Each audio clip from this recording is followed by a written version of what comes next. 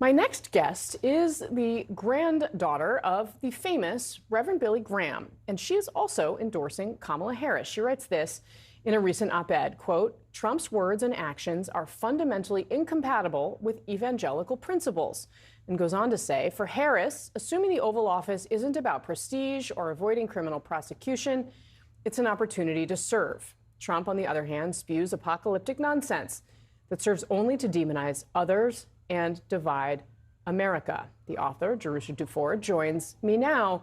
Thank you so much for being here. I really appreciate you taking the time to be with us to explain your views. Can I just start with, I read the opinion piece you wrote in Newsweek, and you use, language, the language of Christianity, which you clearly speak very fluently and matters a lot to you, to try to talk to these voters about why you are opposing former President Trump. And obviously, many of them are with Trump, if not most of them. What do you say to them now here in the final week? The reality that my opinion here is unique is shocking and heartbreaking, right? I mean, look at what happened on Sunday night.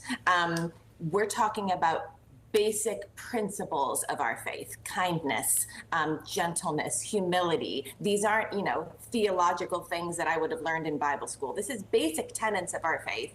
And this president has shown since 2016 that he doesn't represent any of those things. So the fact that I even have to say these things is discouraging, to be honest with you.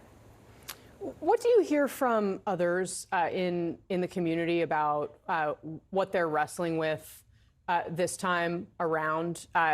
Where do you think and how do you think the Harris campaign could find their best opportunity to talk to them?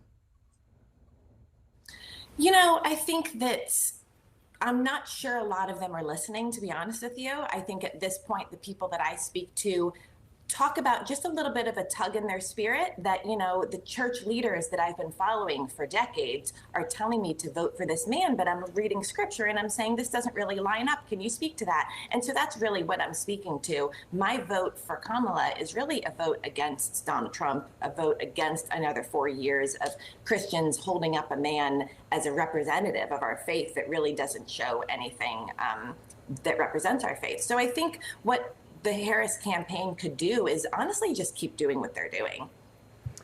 Can I ask you, I mean, you mentioned your vote is one that's really against Donald Trump, and obviously abortion has been front and center in this campaign.